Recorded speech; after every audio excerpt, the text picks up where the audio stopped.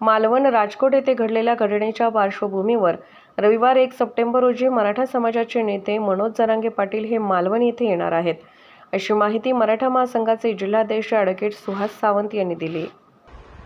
मराठा संघर्ष योद्धा माननीय मनोज जरांगे पाटील हे मालवण येथे राजकोट किल्ल्याची जी पुतळ्याची दुर्घटना झालेली आहे त्या क्षतिग्रस्त पुतळ्याची पाहणी करण्यासाठी मालवणमध्ये 1 सप्टेंबर 2024 रोजी येणार आहे।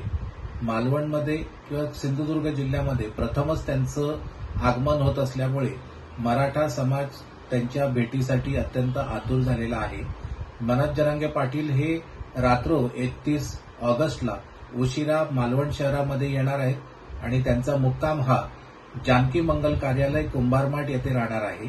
दुसऱ्या दिवशी सकाळी 9 ते 9:30च्या दरम्यान ते मालवण राजकोट येथे किल्ल्याची पाहणी करतील आणि त्यानंतर ते कुडाळ येथे कार्यकर्त्यांशी संवाद साधतील आणि त्यानंतर मोटारीने कोल्हापूर मार्गे त्यांचा नियोजित कार्यक्रम जो खेड शिवापूर येथे आहे त्या खेड राजगुरुनगर या कार्यक्रमासाठी ते रवाना होणार आहेत।